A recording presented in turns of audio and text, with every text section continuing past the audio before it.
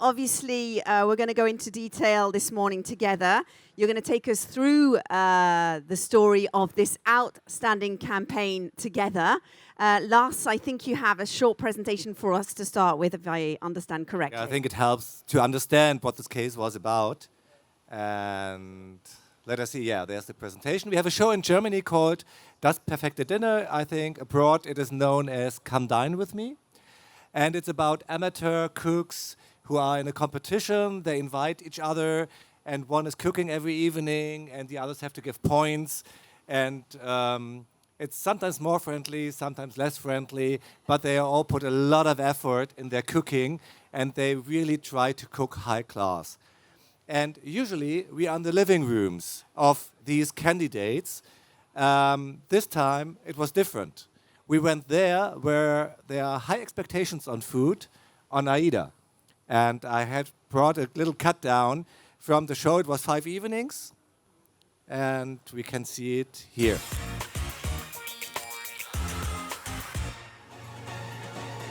Ahoi und alle Mann an Deck für den Kombüsen-Showdown auf hoher See.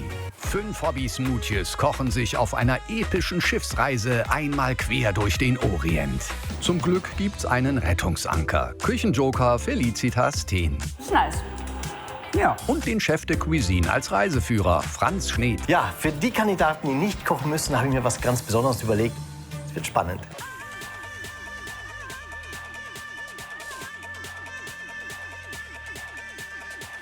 Na, urlaubsreif? 5.000 € AIDA Urlaubsgutschein zu gewinnen. Teilnahme kostenlos.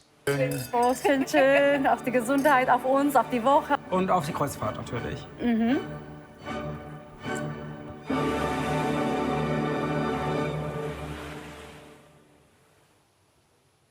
Fabulous, great. Round of applause, please, great. Well, you have cooking, you have great destinations, you have the luxury of AIDA all in one show. And of course, we put it very much on social media to even get more reach to the topic and to connect cooking with the AIDA. And since we are a cross-media sales house, we used our TV magazines to promote that this show takes place so that people who are reading, and there's still millions reading these magazines, find the show and tune in. Yeah. I think, and the integration was perfect, strong, visible. We reached high lead numbers. I think Alex can tell more about this later. And I think it was a perfect combination for branded and a great example for branded entertainment. Wonderful. Thank you for giving us a little bit of perspective there. I think it's really important to sort of understand, first of all, the project before we actually really dive into together. So, Alexander, this isn't your first time partnering up with The Perfect Dinner. This is the second season.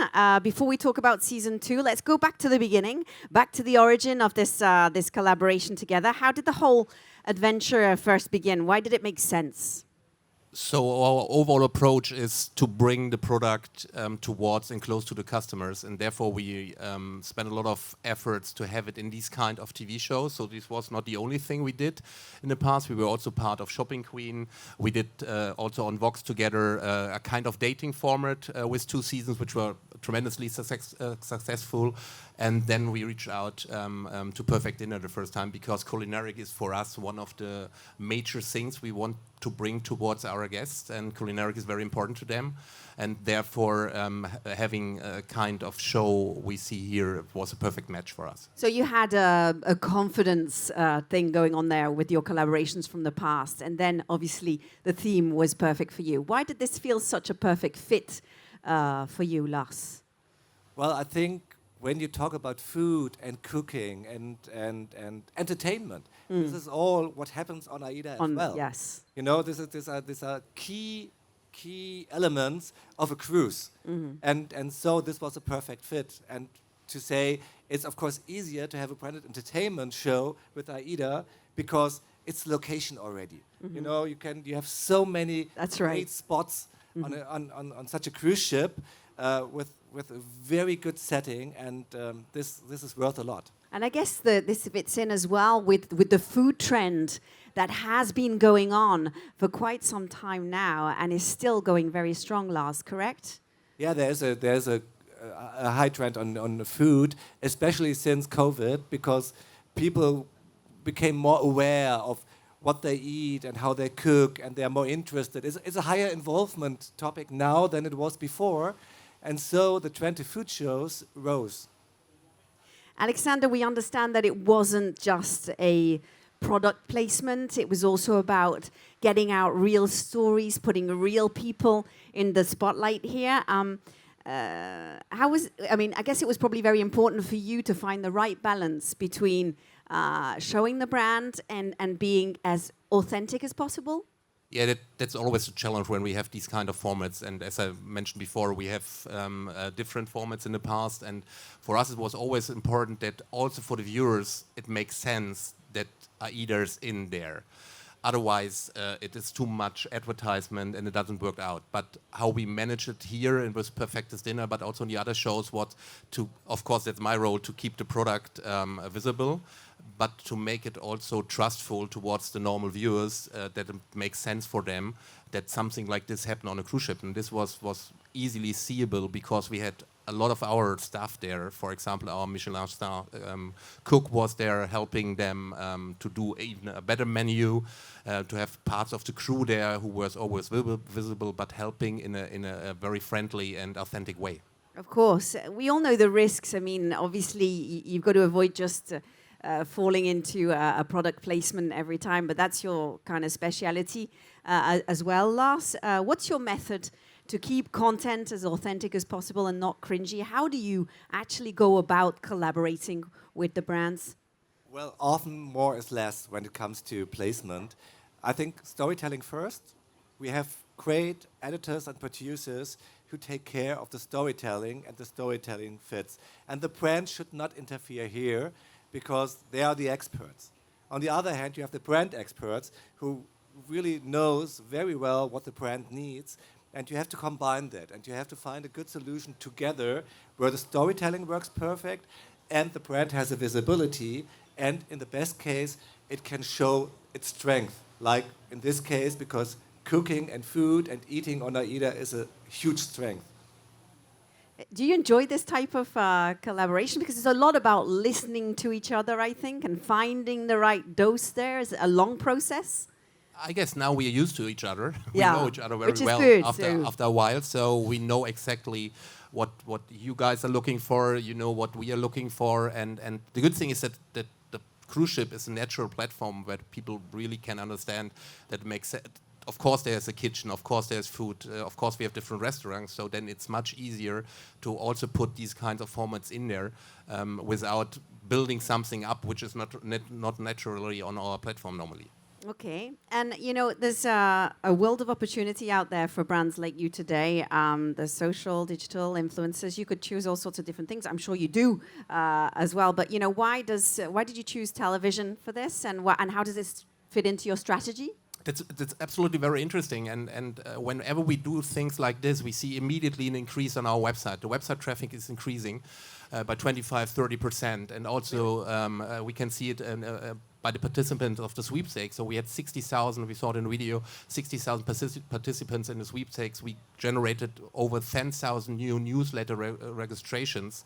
So this worked out properly well. What we see, and this is very interesting, and we saw this also in other seasons now from year over year, there's a split between the linear TV viewers and then the people who look at them up on RTL Plus, or and now we had with Perfect Dinner, we had a 50-50 split, which was very interesting for us.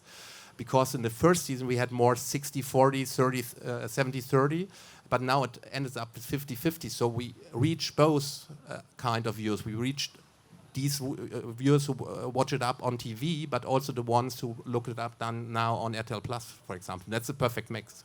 Fantastic. So you're very satisfied, we can say? We are absolutely satisfied with this because the product was great, the show was great, and at the end, and that's my role, the engagement was great, seeing the traffic on the website, seeing the newsletter registration, stuff like this. Okay. So beyond the figures here, and I mean, this is great, it's good news, it works. What does it tell us about branded entertainment, Lars, today? Where is it going?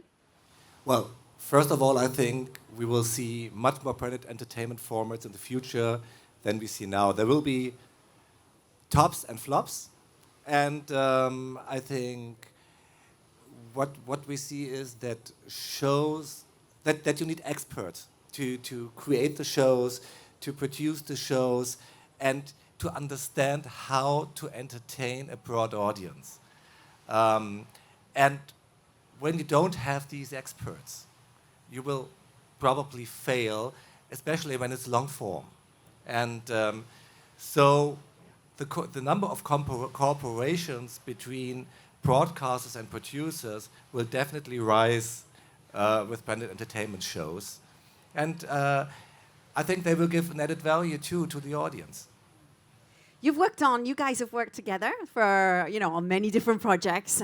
How do you go about deciding which ones are the right ones, which ones will be serving the brand? I mean, this is a discussion, I imagine, but how do you choose? Yeah, so we have obviously we have a clear plan which kind of our products we will push, and this Perfect Dinner thing was part of a long-term approach we had about culinary in general, because we want to see over a year we had a lot of efforts to bring culinary towards our guests and show that we have a high variety of different restaurants nowadays. So on a cruise ship from AIDA we have 17 different restaurants. You can have a culinary trip around the world while sailing with us, and this was a huge strategic approach from us to show this on a long-term base, and therefore Perfect Dinner was one part of it. But there might be other elements like entertainment, for example, which will be on our list for next year. And of course then we're looking up the whole industry and looking into it, where are shows which would fit perfectly to the things we want to show, and then we reach out to the partners, or sometimes the partners know us as well, that they come from their side to us and presenting something to us which might fit then to our needs. Yes. We heard yesterday from Mozzi Mabuse that there's next week a dancing cruise on the AIDA, and so dancing is a topic for you as well. Yeah, this is part of this entertainment story, and we had a fantastic collaboration just recently with RTL on Dancing with the Stars, where we had the whole opening on the show was done on our cruise ship, and dancing is one of the things we will focus on in the future, and therefore, of course, Dancing with the Stars was a perfect match with us, and now having Mozzi on our ship next week and some of the other dancers to entertain our guests. And if you didn't see our panel yesterday with Mozzi, it was absolutely incredible, and you can check it out obviously on the RTL Ad Alliance website. All the content is going on there, and we have some content for you guys this morning because we have a trailer of Let's Dance with AIDA. Let's have a look. We have a short example how it looked like. Yeah, take a look how it is.